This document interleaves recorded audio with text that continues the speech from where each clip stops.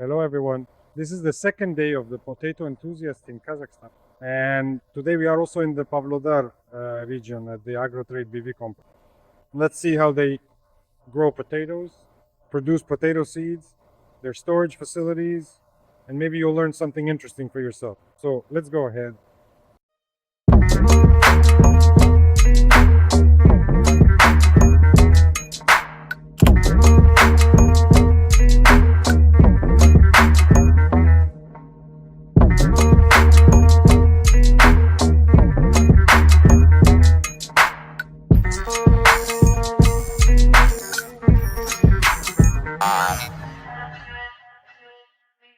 Then, come on, tell us about how you came to the potato business.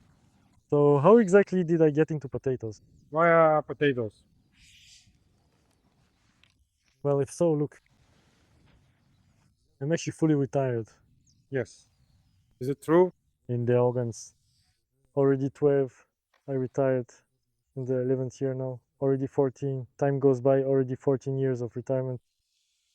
I turned 45, retired, reserve lieutenant colonel. Well, where do employees usually go? To a security agency, security service. I ended up at one enterprise in the security service. Then they entrusted me with the vegetable warehouses where potatoes are stored. Then it so happened that I was made manager, but at another enterprise. Well, I looked around. I mean, I'm not an agronomist, but I know a few things. I have some knowledge.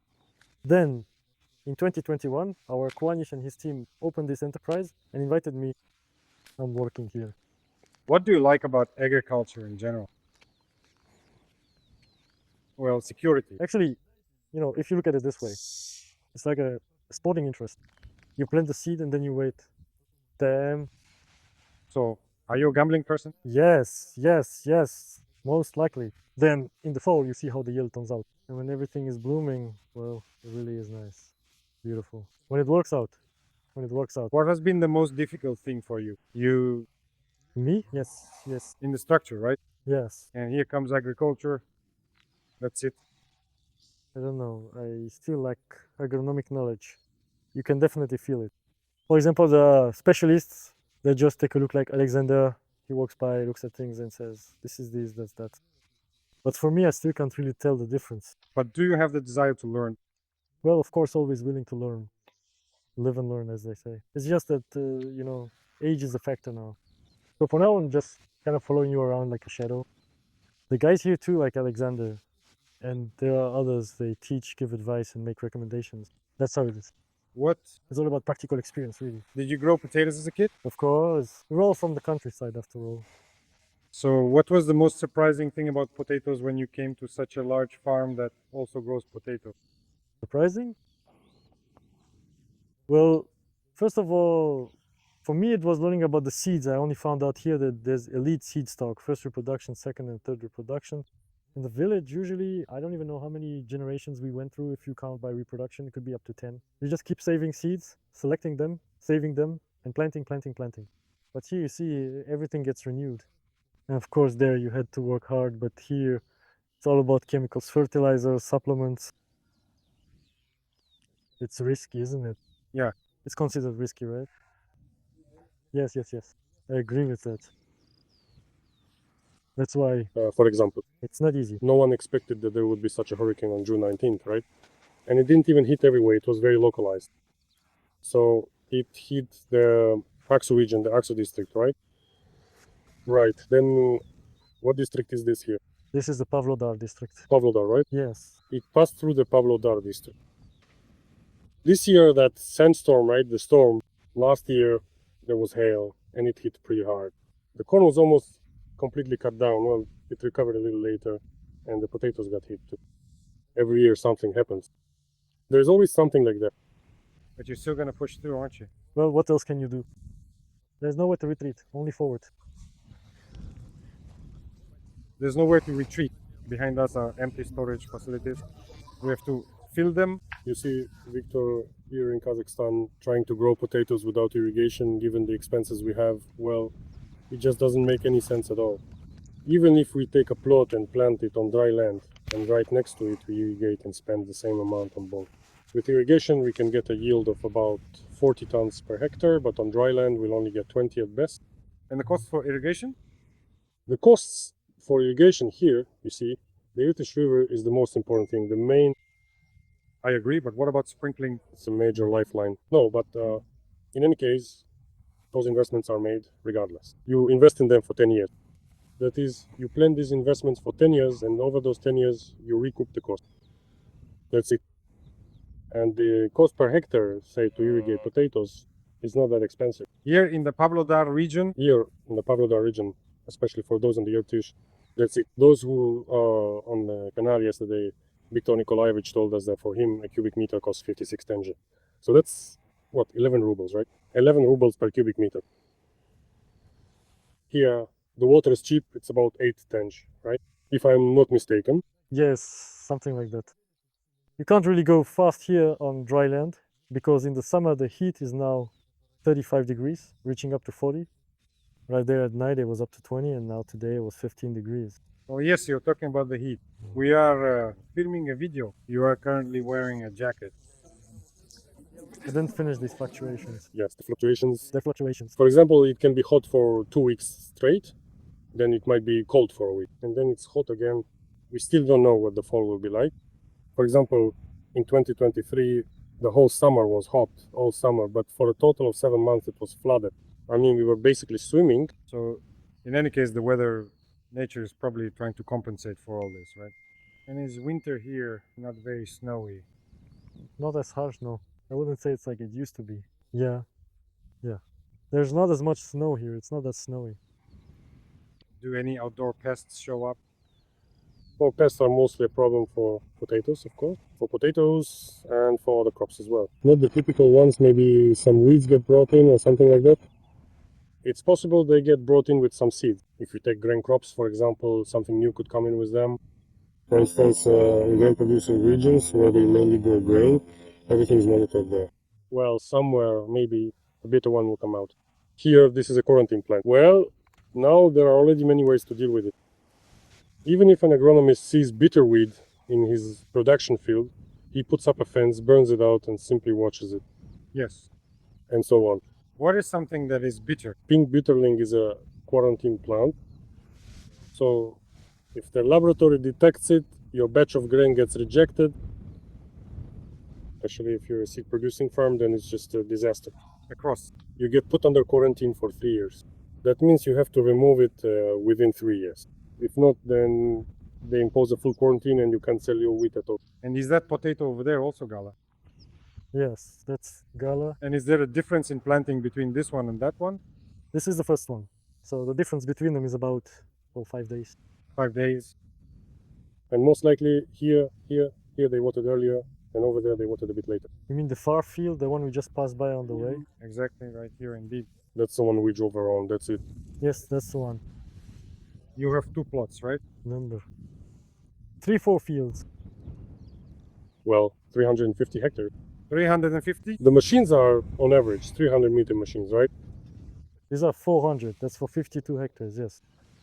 And this large field here is 710. Do you control it with your phone? That's the hydro team. That's exactly how they control it. Yes. Well, And what's the structure of your entity? You have dairy farming and vegetable growing. yes. So there's a director and you're the manager. Yes. Within vegetable growing, how does it work? Well, I manage the agronomy team. We also have a hydro team here, which is responsible for irrigation and fixes all these breakdowns. That's part of it too. Accidents, all that. Repairing the sprinkler machines, well, that's basically it. The hydro team. So these are our mechanized teams. And what about warehouse function? Do the mechanics switch to warehouse work in the winter or do they work on the equipment? There's plenty of work in the winter too. Basically, there's territory maintenance, snow removal, manure hauling.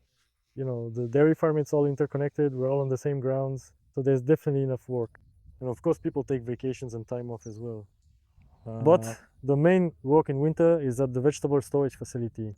How many people do you currently have on staff at the entire enterprise overall? Well, in the crop production department, we have about 50 people right now. 50. That's during the season. And during harvests, do you add more people? Yes, we do. That's mostly for sorting. for sorting? Yes, seasonal workers are added for sorting. Have you ever thought about any kind of automation like optical sorting or something like that? Well, I don't think there's really anything you can come up with here. The human factor is necessary here, no matter what. Well, there are, optical sorters that can select. Calibration, I agree. Calibration can be done, yes. But as for the actual sorting, like removing stems, dirt, soil, or anything that's damaged or cut. That's precisely what I'm saying. I'm talking about the potatoes that you carefully take out of storage, and there are advanced optical sorters that can accurately detect things like rot or significant greening and then efficiently reject them instead of relying on manual labor.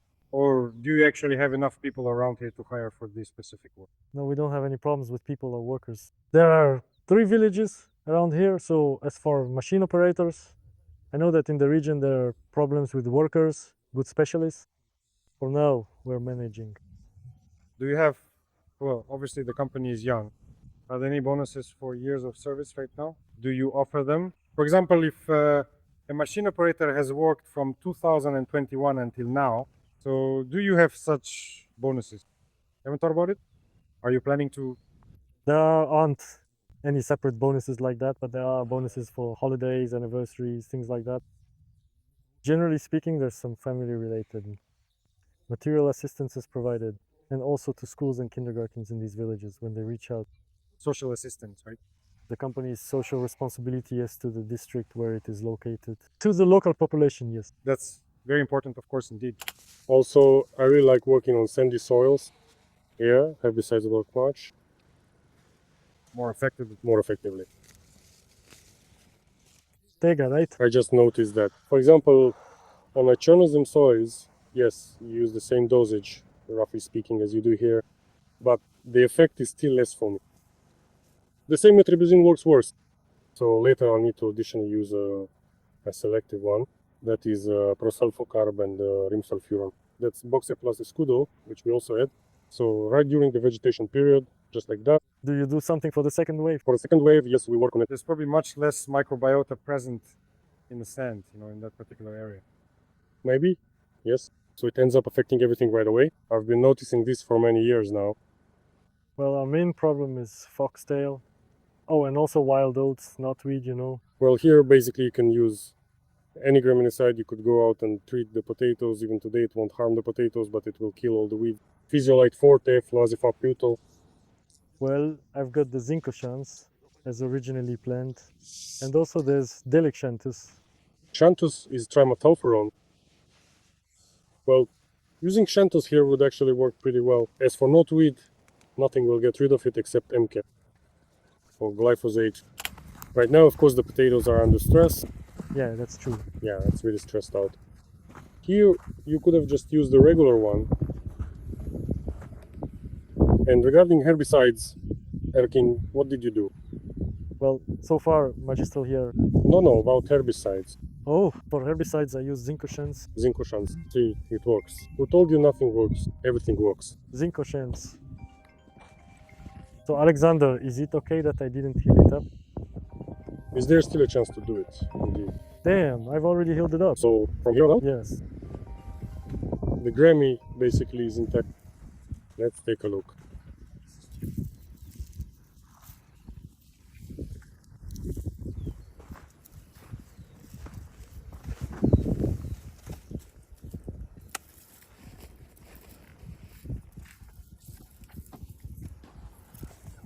No need to do that.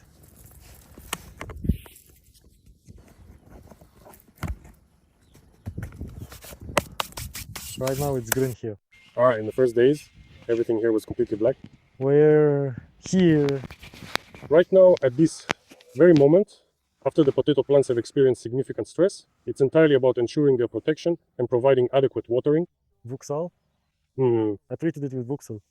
And watering. that's all there is to it. And just gradually keep monitoring and do a fungicide treatment every 10 days, only with contact systemic ones. Yes. If, you show that you have, Yes, sure. we can make some kind of regulations about when and how to change. All. How much do your typical property inspections generally cost? And what is included in that price? Women.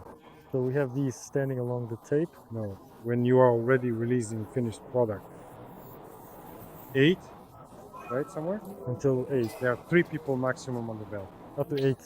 Up to 8. You said it right. Look, so the first person standing, 2 women, they stand and carefully pick out any dirt if there's any present. Yes. Only dirt. Nothing else. Yes. Yes. Right? No, no. Look, only dirt. The second pair standing there picks out only cut potatoes. The certainly rotten one. And the fourth group is already checking the quality, making sure everything is right. Do you know why? For control. Well, Because if the person standing here has to pick out dirt, rotten ones, and everything else, it's too many movements for them. But this way, you'll have only dirt, only dirt, only dirt. Of course, you have to rotate them because, no, well, that's what we have. and so your productivity increases by 10%. We have these. We have, however, Then they don't study, and that's it, right? we then laid the very foundation. There was absolutely no land. There is sand here. Sand. There was no land. When you bookmark it, it goes away. Only green can truly be, right? There are some tops there. Sometimes there are not many, and even then there won't be much top. Yes, that's it. Spliced ones might come in, yes. Right now, you just need to work with the processing company in Kazakhstan, specifically the one that grows potatoes for chips. Yes. They'll just be overflowing. All you really need is to install the simplest, most basic washing station just to thoroughly wash the sand of the potatoes, you see. With PepsiCo, they say you don't need it in Novosibirsk. But when it's in Kazakhstan, Guys, let me tell you, if you install a washing station that costs, I don't know, 1 million tenge, well, how much does it cost? we bought it for 8 million rubles. So 1,200,000, right, in tenge? No, the other way around. 8 million Russian rubles. That's a significant amount. 8 million rubles, that's expensive. You got a really good one. Yes. Well, it does 10 tons per hour. But is it possible to install a simpler washing station just to wash off the sand? Why do they specifically ask for pre-washed potatoes? Right? Because it is significantly easier for you to thoroughly wash them here at this location rather than at the large processing factory. They bring everything in and wash it all with the sewage system there. And if you wash them here, they're ready, so to speak, and they're willing to give you part of the money they would have spent over there, they'd rather pay you. The price matches, yes. Yes. And why is washing good for you as well? You wash it, check it, and if there's something green or not, you can throw it out. So they don't make deductions for you over there. Yes. And again, that's another cost. But when will the plant be built in the Almaty region? That's where it will go, yes. But over Almaty, I was told it's not necessary. Why? Because they said we still don't know when your batch will arrive, whether it will go straight to processing or sit in storage for a while. I understand, yes. No. And so, Is this not a medical office? remember, Why is it so white? So you go to the extent of cleaning the floors and even the ventilation ducts. Really? Oh, that's very good. Alright, let's go check and see if there are actually potatoes in those ventilation ducts.